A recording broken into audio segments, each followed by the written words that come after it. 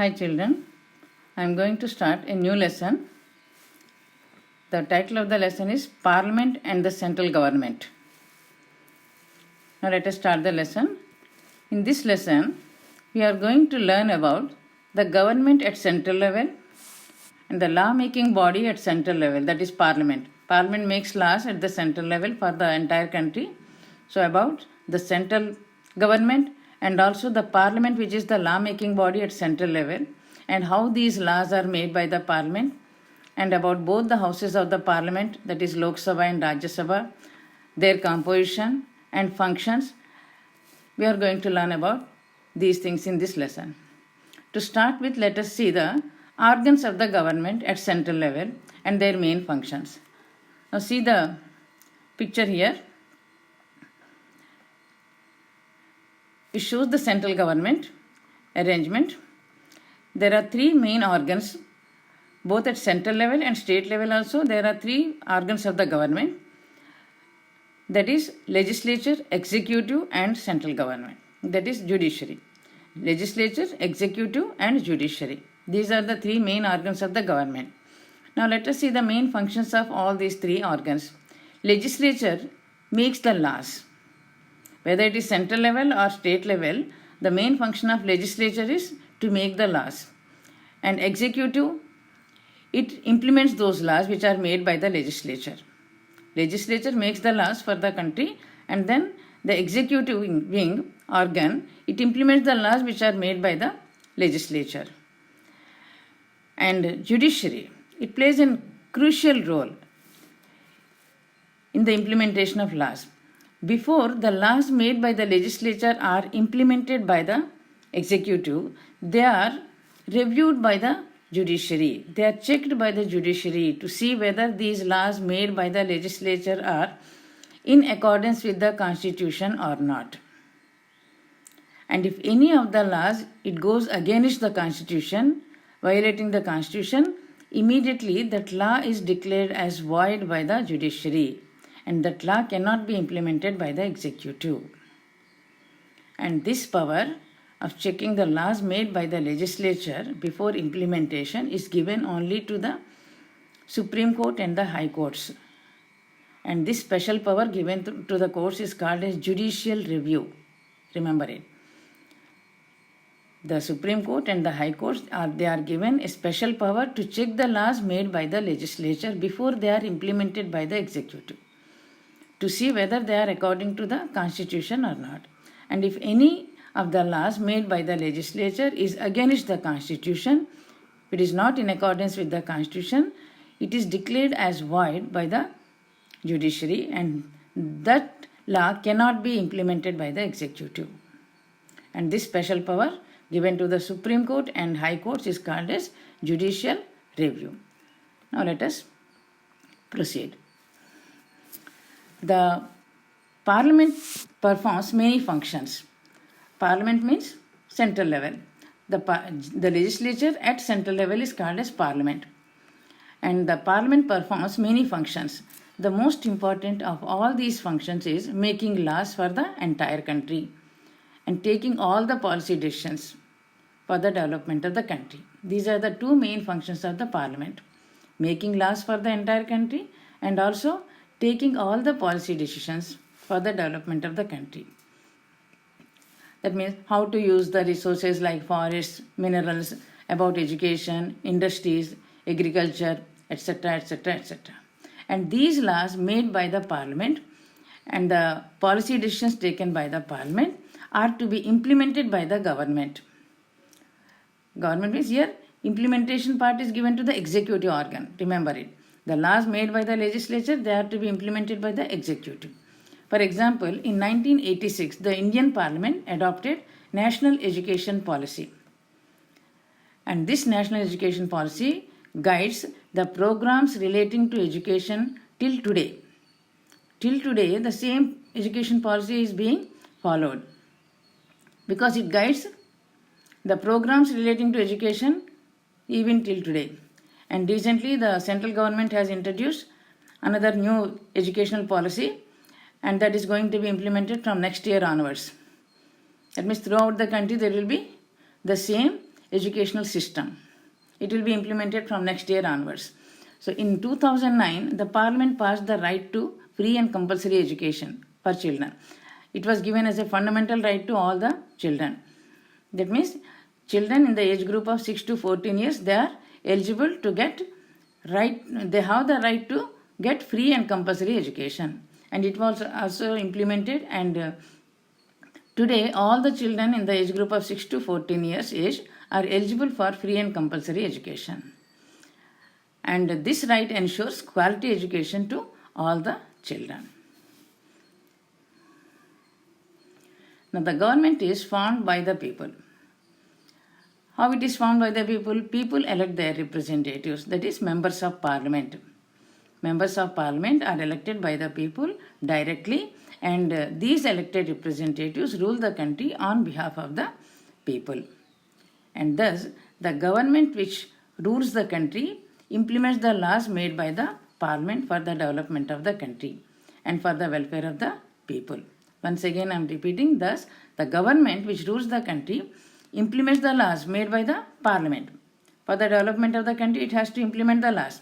And at the same time, it also implements these laws and the parliament takes many policy decisions, and they are implemented for the welfare of the people. And any of the members of the parliament may ask questions on any issues, and they can get clarifications. And thus the government is answerable to the parliament. Not only this, the parliament also approves the income and expenditure of the government. The income and expenditure of the government is also approved unless it is approved by the parliament, the government cannot incur any expenditure. It cannot impose any taxes. Through taxes only the income of the government comes. So the government cannot impose any taxes without the approval of the parliament, and it cannot incur any expenditure on any item in any field without the approval of the parliament. So both these are in the hands of the parliament. The income and expenditure of the government are to be approved by the parliament. And every year in the month of February, that is before the end of the financial year, the government presents the budget for the next financial year. And this budget needs to be approved by both the houses of the parliament. And unless the budget is approved by the parliament, it cannot be implemented. Remember it. Now, the houses of parliament. There are two houses of the parliament, lower house and upper house. Now let us see what are they. Lower house is Lok Sabha and the upper house is Rajya Sabha. Members of this Lok Sabha are directly elected by the people in general elections once in every 5 years. Through general elections, people elect the members of Lok Sabha. And these are direct elections. And total number of members in Lok Sabha is 545. That is, 543 members are elected by the people directly, and two people from Anglo-Indian community are nominated by the president. If there is no nomination of Anglo-Indians in the Lok Sabha, then the president nominates two Anglo-Indians from that community. So total comes to 545. And the term of Lok Sabha is 5 years, and it can be dissolved. After 5 years, again elections are held, and even before the expiry of the term, before 5 years also, it can be dissolved by the president. And this Lok Sabha exercises supreme powers when compared to the Rajya Sabha. Now let us see about the Rajya Sabha. It is upper house, it is federal house, and it is also a permanent house. And the members of Rajya Sabha are indirectly elected. By whom they are elected? They are elected by the members of state legislature.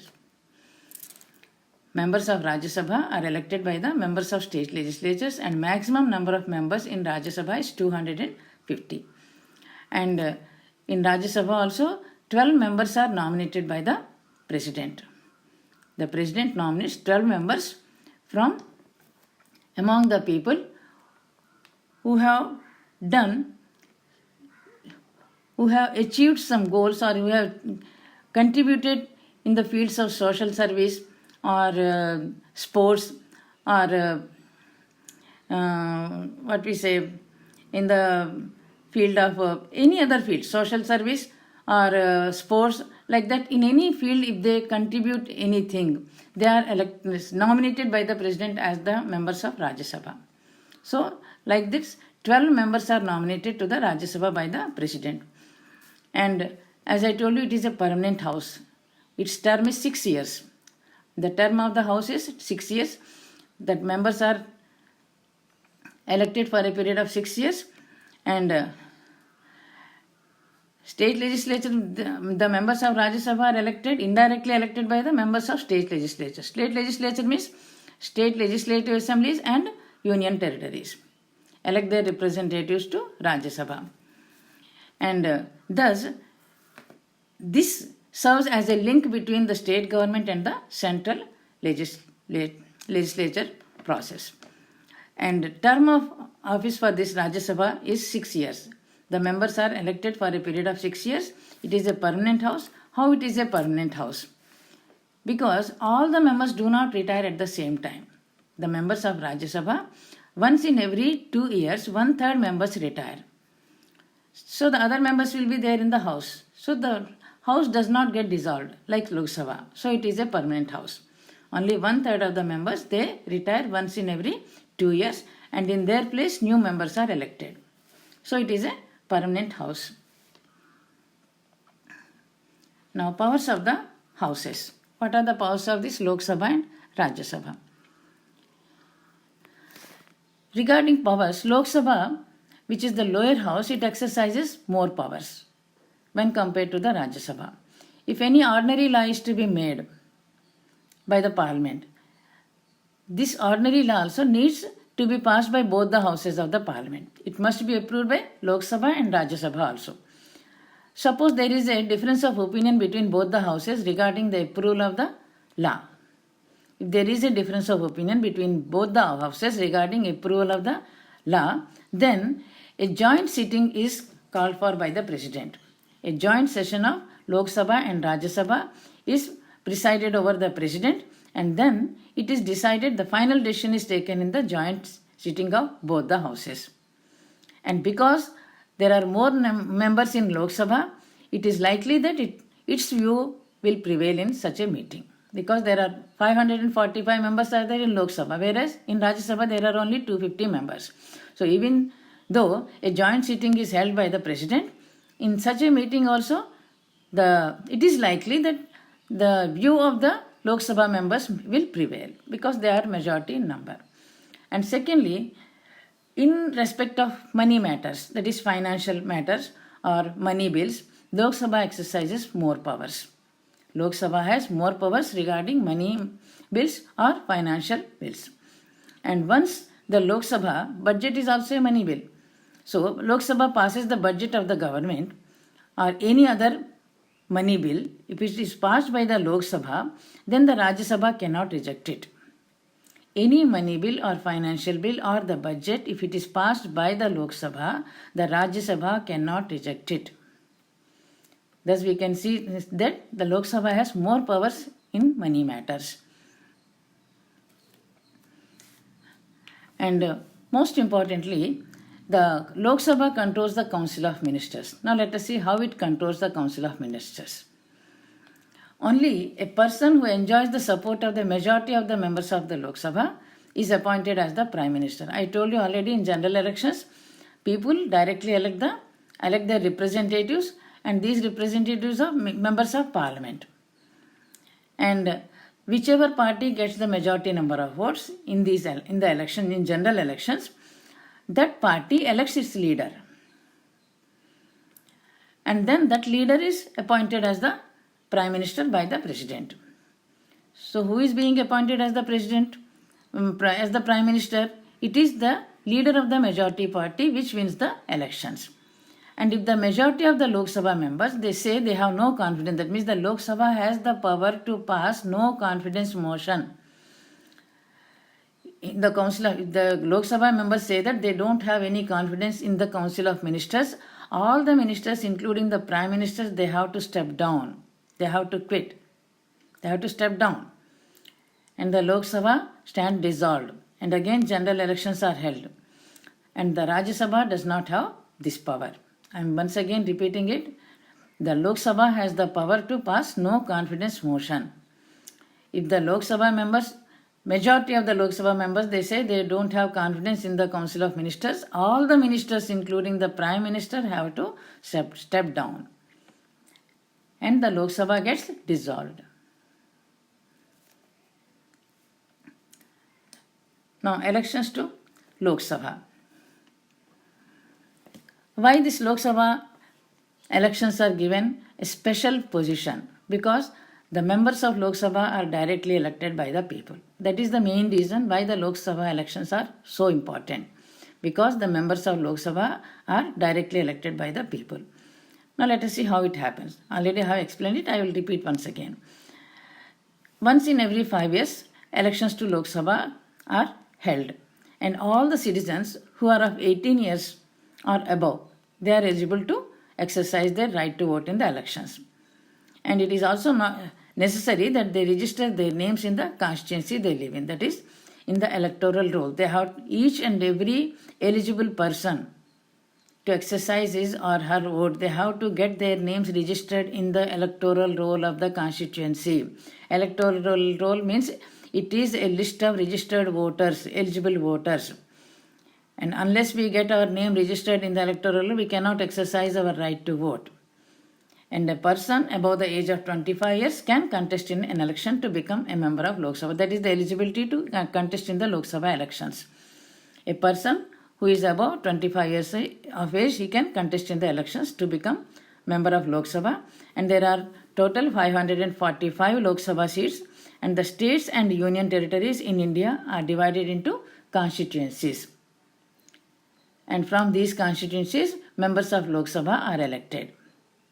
And states with a large population have more constituencies than states with smaller population. And in that way, if we see, Uttar Pradesh has the highest number of constituencies because Uttar Pradesh has the largest population. It has 80 constituencies. And while Meghalaya has only 2 constituencies. So the constituencies, number of constituencies in a state depends on the population of the state. Because Uttar Pradesh has the largest population, it has the largest number of constituencies.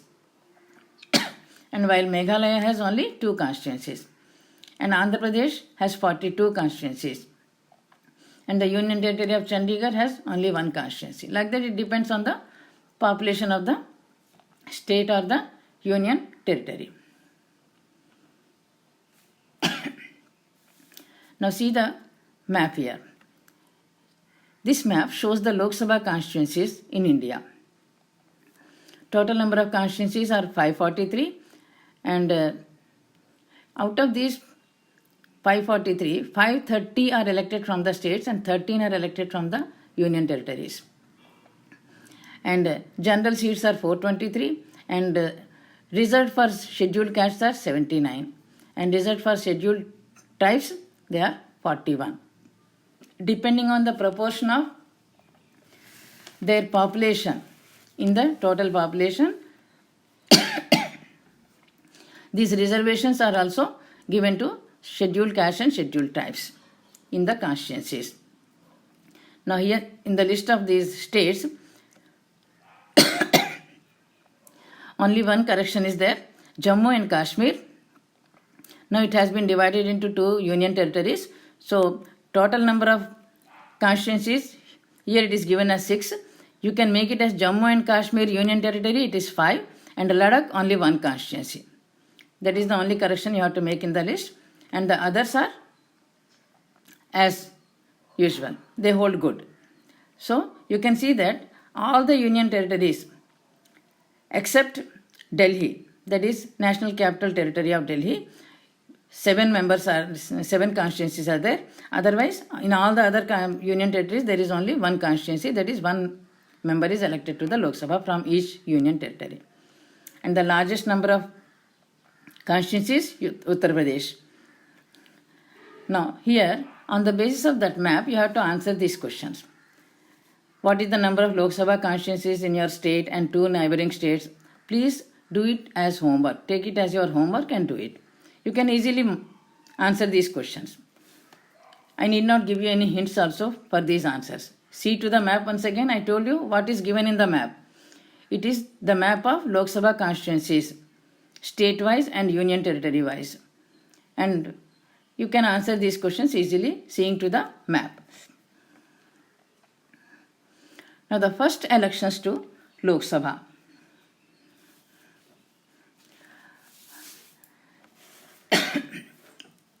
First of all, let us see the qualifications to become a member of Lok Sabha. One must be a citizen of India. One should be a citizen of India to be a member of Lok Sabha, and one should have completed 25 years of age, and one should not be in any post in state or central government. These are the three important qualifications required to become a member of Lok Sabha. Now, first, elections to Lok Sabha. Elections play an important role in a democratic country. It is a process through which people elect their representatives. Conducting elections in a vast country like India with huge population is really a big task. For example, it took 4 months to conduct the first elections to Lok Sabha in 1951-52. After we got independence from the British rule, we have conducted our first general elections in 1951-52, and it took nearly 4 months to conduct the first elections to Lok Sabha, because the arrangements were to be made on a large scale. Population was more. All the population, majority of the population, they were illiterates. There were many other problems. Elections were based on universal adult franchise. Already you know what is universal adult franchise. At that time, all the adults who were above 21 years of age, they were given the right to vote, irrespective of their caste, creed, religion or community or language. All the people who were above 21 years of age, they were given the right to vote. It is called as universal adult franchise.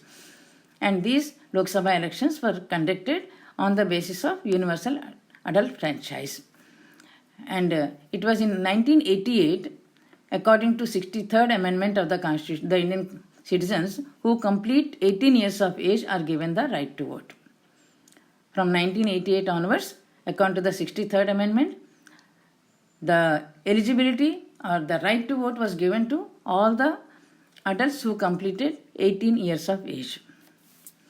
And in the first general elections, there were more than 17 crore 30 lakh people and who were eligible to exercise their vote. 17 crores 30 lakh people were there who were eligible to exercise their right to vote. That means all these people were given the right to vote. For majority of them, this was the first time they were going to exercise their right to vote. And most of them were illiterates and from rural areas.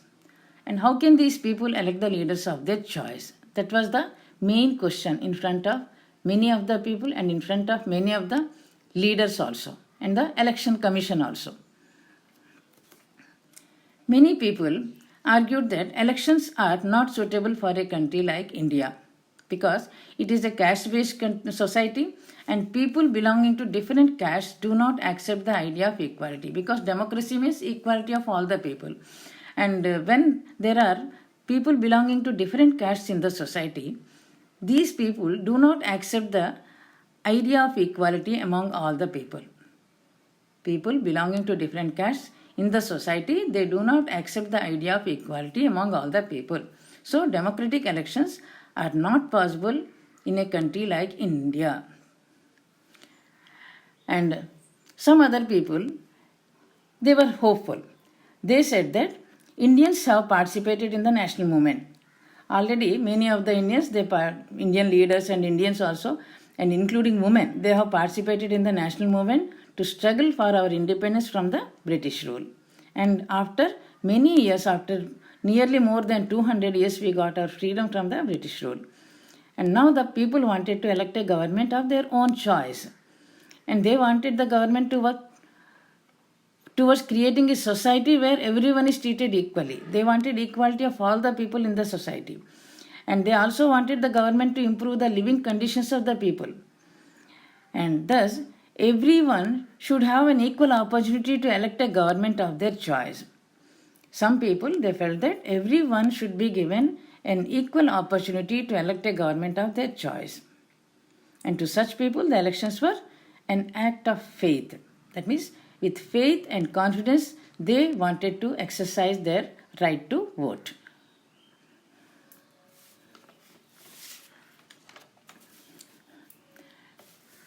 Now, election commission. An election commission was set up to conduct the elections in a free and fair manner. Always the government wants to conduct the elections in a free and fair manner. In the same way, an election commission, it was an autonomous body. Autonomous means independent. Independent body, it was set up to conduct the elections countrywide. And making arrangements for the first elections was a big task. It was a complex task also, because there were many people, there were many illiterates, and first a house-to-house survey was carried out to prepare an electoral roll. House-to-house survey was carried out to register the names of the eligible voters. And the list of these registered voters is called as electoral roll. And people who contested in these elections, they belonged to political parties or were independents. Many political parties, they contested in these elections, and there were many independent parties also which participated in the elections. And election commission gave a symbol to each of these candidates, and these symbols were painted on the ballot box. Separate ballot boxes were given to each candidate, and the symbol of the political party was stuck on the ballot box so that it could be easily recognized by the illiterate people to vote for their candidate of their choice. And the voters had to put their ballot paper into the box of the candidate, and they wanted to whom they wanted to vote for. And screens were set up so that the voting was secret. It was secret ballot, so that the other people could not know to whom they have voted. Screens were arranged in between at the time of voting.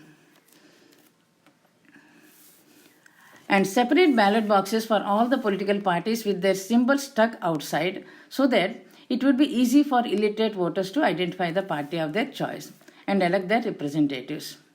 And the voters were asked to just drop the ballot paper in the ballot box, seeing to the symbols of the party. And these symbols were also taken from everyday life so that it would be easy for the voters to identify. It will be very easy for the illiterates mainly to identify the candidate. And it was a secret ballot system. That means it was not known to anyone to whom the voter has voted. And over 224,000 polling booths were set up across the country. See the arrangements made for the first general elections. Over 25 lakhs ballot boxes were made, and nearly 60 crore ballot papers were printed, and about 10 lakh officials supervised the polls. Supervising officials were 10 lakh officials, and nearly 17,500 candidates contested in these elections across the country. And finally, 489 people were elected to the first Lok Sabha.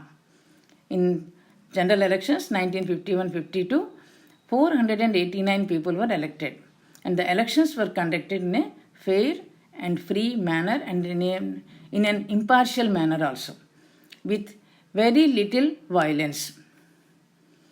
Now we'll stop it here. I'll continue in the next